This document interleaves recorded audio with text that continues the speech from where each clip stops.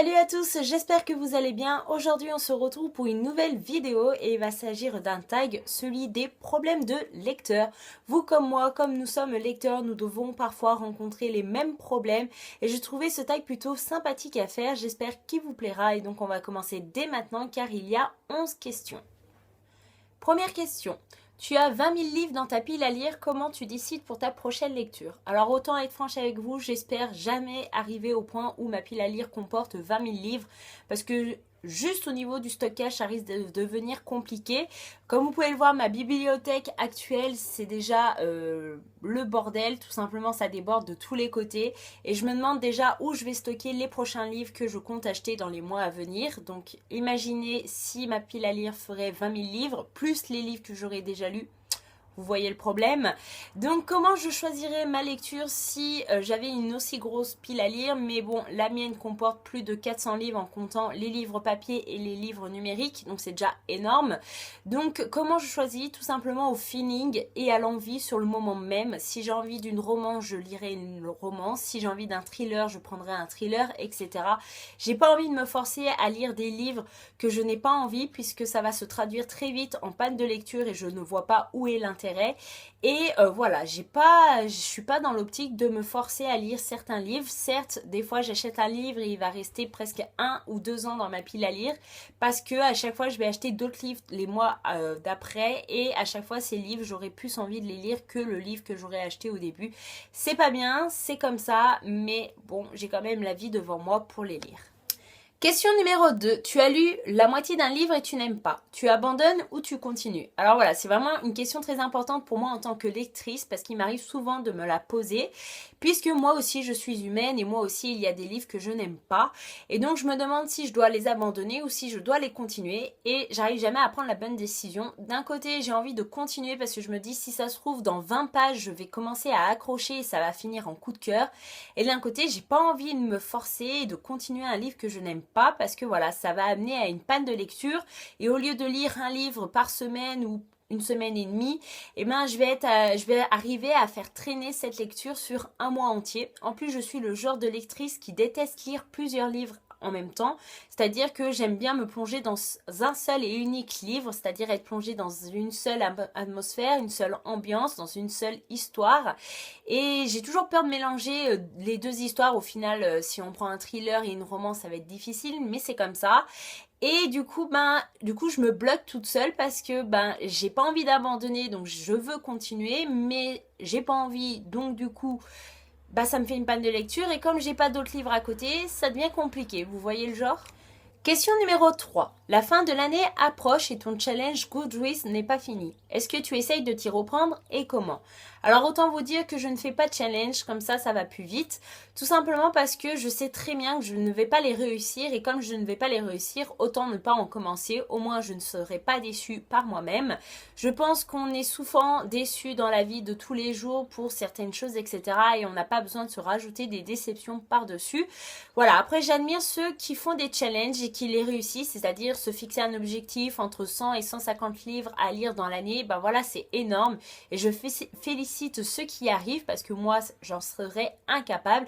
Souvent il y a des challenges qui me tentent comme le challenge à 1000 où on est censé lire 1000 pages dans le week-end et qui est souvent organisé par Lily Bookin, mais je sais que j'y arriverai pas, donc autant ne pas commencer et ne pas être déçu de moi-même. Voilà, c'est une façon de faire les choses. Voilà, je vous ai fait une vidéo de ma pile à lire de l'été 2015. Je vous ai présenté 10 livres que j'aimerais lire durant l'été 2015, mais je sais très bien que je ne lirai pas ces 10 livres, à moins qu'au mois d'août, je carbure. Mais ça m'étonnerait, voilà, j'ai un travail, ça me prend beaucoup de temps, je suis fatiguée le soir, etc. Je sais que je ne vais pas y réussir, j'ai juste estimé un petit peu ma pile à lire de l'été, mais ce n'est pas un challenge ni un objectif à atteindre. Question numéro 4. Les couvertures d'une saga, série que tu aimes ne se ressemblent pas. Comment tu gères ça? Alors oui, il m'arrive d'être superficielle parfois et de flasher pour un livre grâce à sa couverture. Mais voilà, avoir de beaux livres dans sa bibliothèque, ça peut être qu'un plus pour les lecteurs. Après, que les couvertures d'une même saga ne se ressemblent pas, c'est dommage, mais c'est pas plus gênant que ça pour moi, je trouve. Après, ce qui est vraiment gênant, c'est que les livres d'une même saga, d'une même série, ne soient pas au même format. Et il me semble que c'est pour la saga de Divergente, écrite par Veronica Ross, où les formats sont complètement différents. Le premier livre, il est assez grand, assez épais, etc. Et les deux autres livres sont complètement différents. Voilà, je trouve c'est dommage de voir ça dans une bibliothèque. Mais ça fait pas tout non plus, c'est pas pour ça qu'on ne va pas aimer les livres, c'est juste dommage. Et sachant qu'en plus, moi j'ai quand même pas mal de livres qui sont sur ma liseuse, alors que les couvertures ne se ressemblent pas pour une même saga, bah, ça me fait ni chaud ni froid. Question numéro 5. Tout le monde aime un livre que toi tu n'aimes pas. À qui en parles-tu? Bon, la réponse elle est évidente, j'en parle à vous en vidéo avant tout. Et il faut avouer que cette sensation, elle est assez frustrante. Tout le monde aime un livre. Le livre, il fait un buzz mondial, international, tout ce que vous voulez. On en parle de partout sur BookTok, sur la blogosphère, etc. Mais vous êtes le seul à ne pas aimer ce livre. Et c'est vraiment une sensation frustrante et je pense que tous les lecteurs peuvent comprendre cette sensation parce que ça a dû vous arriver au moins une fois. Ou du moins si ça vous est pas arrivé, bah vous êtes vraiment chanceux et voilà. Mais j'essaye d'en parler en vidéo avec vous, essayer de comprendre votre point de vue et de comprendre le mien également, voir ce que vous avez aimé, ce que moi je n'ai pas aimé. Et avec un peu de chance, ça se trouve, j'ai un proche qui a lu ce livre et qui a aimé ce livre et j'essaye d'en parler aussi à lui. Question numéro 6. Tu lis dans un lieu public et tu sens que tu vas pleurer. Qu'est-ce que tu fais? Alors c'est une question assez difficile pour moi parce que ça m'est jamais arrivé de pleurer pour un livre. Voilà, je suis peut-être pas tombée sur les bons livres parce que c'est pas parce que je suis une sans cœur et que je ne ressens aucune émotion, etc. C'est parce que tout simplement les livres qui sont assez touchants, bah quand ils sont adaptés au cinéma, bah c'est là que je pourrais pleurer, tout simplement parce que j'avais lu Nos étoiles contraires de John Green et aussi Si je reste de Gail Forman, qui étaient deux livres assez bouleversants pour la plupart des lecteurs et la plupart des lecteurs dont j'avais vu la chronique vidéo ou même la chronique écrite avaient dit qu'ils avaient pleuré à la fin, etc. Donc je m'étais dit, ah ben moi aussi je vais avoir ça et au final pas du tout. Voilà, je dis pas que j'ai rien ressenti durant ma lecture, que j'ai pas éprouvé des sentiments de tristesse, c'était une histoire bouleversante, etc. Mais j'ai été surtout touchée au moment des films. Voilà, Nos étoiles contraires, bah, à chaque fois que je regarde ce film, pourtant je l'ai vu 3 ou 4 fois déjà, j'ai toujours cette boule dans la gorge et les larmes aux yeux toujours au même moment. Et c'est pareil pour Si je reste, quand j'ai vu le film, bah, j'étais vraiment touchée et j'étais vraiment pas bien à la fin du film.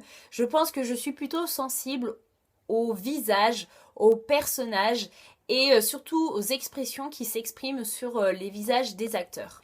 Question numéro 7. La suite d'un livre que tu aimes vient de sortir, mais tu as oublié pas mal de choses. Est-ce que tu trouves un synopsis bien spoilant ou tu relis le livre? Je pense que j'irai vers le synopsis bien spoilant parce que je ne pense pas relire le livre, tout simplement parce que je pars du principe que j'ai une quantité de livres assez impressionnante dans ma pile à lire. Et ça serait vraiment dommage de perdre mon temps à relire un livre, même si je l'ai aimé, pour un livre que je n'ai pas encore lu. Enfin voilà, je pars du principe qu'il vaut mieux que je lise des livres que je n'ai pas encore lus et qui attendent dans ma pile à lire que de relire des livres, même si je les ai aimés. Donc j'irai plutôt vers le synopsis bien spoilant qui me permettrait de retrouver mes esprits et mes souvenirs concernant ce livre et qui me permettrait de lire la suite de ce roman. Question numéro 8. Tu ne veux pas prêter tes livres. Comment tu dis non poliment? Alors déjà, prêter mes livres, c'est assez compliqué parce que j'ai pas des amis qui lisent beaucoup ni de famille. Donc du coup, on me demande déjà très rarement de prêter des livres. Et après, si c'est un livre que j'ai acheté mais que je n'ai pas encore lu, et ben là, c'est sûr que ça sera non. Tout simplement parce que si la personne me rend jamais le livre, et ben je serais assez dégoûtée de ne pas l'avoir lu alors que je l'avais acheté. Vous voyez, enfin, je pense qu'on est tous dans la même optique concernant ce type de situation. Et après, si c'est un livre que je conseille et que j'ai et que la personne du coup me demande de lui prêter, et ben ça va dépendre si j'ai confiance en la personne, si je suis sûre qu'elle va me le rendre et surtout en bon état. Voilà, après dire non poliment, bah voilà, lui expliquer que bah voilà, je l'ai pas encore lu et que je préfère lui prêter une fois que je l'aurai lu. voilà, c'est déjà poli. Et après, dire non poliment, voilà, la personne, elle peut comprendre. Et puis si elle comprend pas, bah c'est pas grave. Question numéro 9. Tu as choisi et tu as reposé 5 livres le mois passé. Comment gères-tu ta panne de lecture? Alors c'est vraiment un problème de lecteur que j'ai, c'est que je ne gère pas du tout les pannes de lecture. Comme je vous l'ai dit, je déteste lire 2 livres en même temps. Donc du coup, je vais essayer de me forcer à lire un livre que je n'aime pas. Ça peut prendre des fois un mois, voire un mois et demi. Et comme je n'ai pas de livre en parallèle, c'est assez compliqué. J'essaye de gérer la panne de lecture comme je peux, alors qu'au final, je me dis, si j'avais une lecture en parallèle, peut-être que ça pourrait me débloquer cette panne de lecture. Il faudrait que j'essaye un jour, on verra bien. Après, comment gérer une panne de lecture? Je pense qu'il faudrait aller vers un livre dont on est sûr d'aimer, dont le résumé nous parle énormément et dont les avis sont très positifs sur la blogosphère, sur Booktube, etc. Question numéro 10. Il y a tellement de livres que tu rêves d'acheter, combien en achètes-tu réellement? Alors là, c'est une question assez difficile et complexe à répondre, tout simplement parce qu'il y a des mois où j'ai 10 livres qui me tentent et des fois, il n'y a aucune sortie qui me tente. Donc, je pense qu'il vaut mieux répartir les achats sur plusieurs mois, histoire que le porte-monnaie ne pleure pas. Mais parfois, c'est compliqué, hein, comme vous pouvez le voir. Des fois, dans un book haul, j'ai au moins 20 livres papier à vous présenter, puis des fois, j'en ai que 5. C'est comme ça et je fais surtout en fonction de mon porte-monnaie puisque voilà, des fois on a des mois où on a des finances plus élevées que d'autres et donc on ne peut pas se permettre d'acheter autant de livres que l'on voudrait. 11e et dernière question, après les avoir achetés, combien de temps reste-t-il dans ta pile à lire? C'est une question assez aléatoire car ça dépend des livres. Tout simplement, comme je vous l'ai dit en début de vidéo, je vais par exemple acheter un livre aujourd'hui et un an après, il sera toujours dans ma pile à lire, tout simplement parce que durant les mois qui auront suivi cet achat, j'aurai acheté d'autres livres qui m'auront donné plus envie de lire que celui-ci. C'est comme ça, c'est dommage, c'est triste, tout ce que vous voulez, mais voilà, je suis jeune, j'ai encore la vie devant moi pour lire des livres. Après tout, je me dis que si ce livre, dans 5 ans, il sera encore dans ma pile à lire, c'est que finalement, il me donne pas trop envie non plus et que voilà, au pire je le revendrai en vide-grenier ou à Gilbert Joseph ou en occasion, etc. Mais voilà, quand j'arrive à trouver des livres qui sont sur ma wishlist à des prix assez bas et en occasion, je me prive pas, je me dis que au pire des cas, s'ils dorment 1 ou 2 ans dans ma pile à lire, c'est pas grave. Si au bout de 2 ans j'ai envie de le lire, je l'aurai dans ma pile à lire. Et puis on sait jamais si les maisons d'édition décident de ne plus les éditer, et je les aurai. Et voilà, ce tag est enfin terminé, j'espère qu'il vous aura plu, n'hésitez pas à le reprendre soit en commentaire ou en vidéo si vous avez une chaîne YouTube, ça sera avec grand plaisir de lire vos réponses à ces questions et je vous dis à bientôt dans une prochaine vidéo. Bye bye!